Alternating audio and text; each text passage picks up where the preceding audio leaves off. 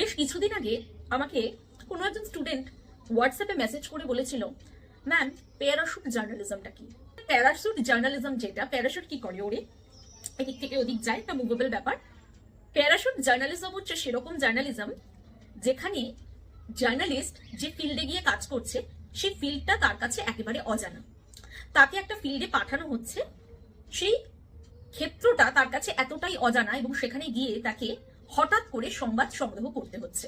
যেহেতু ফিল্ডটা তার মানে আননোন, ধরো আমি একটা এক্সাম্পল দিচ্ছি, যখন ইউক্রেনের ওই ওয়ারটা হলো, রাশিয়া ইউক্রেন ওয়ার, তখন এখান থেকে জার্নালিস্টদের যদি সেই ফিল্ডে গিয়ে নিউজ করতে হয়, এই যে জার্নালিজমের যে প্যাটার্নটা, এটাকেই আমরা প্যারাশুট জার্নালিজম বলি। আজকে যদি কোথাও একটা বন্যা হয়, সেখানেও যদি আমি কাউকে পাঠাই, আমার জার্নালিস্টকে পাঠানো হয়, এই যে বিষয়টি যে পাঠানো হচ্ছে অন্য একটা ক্ষেত্রে সেখানকার সংবাদ সংগ্রহের জন্য, তখন সেটাকে আমরা প্যারাশুট জার্নালিজম বলি।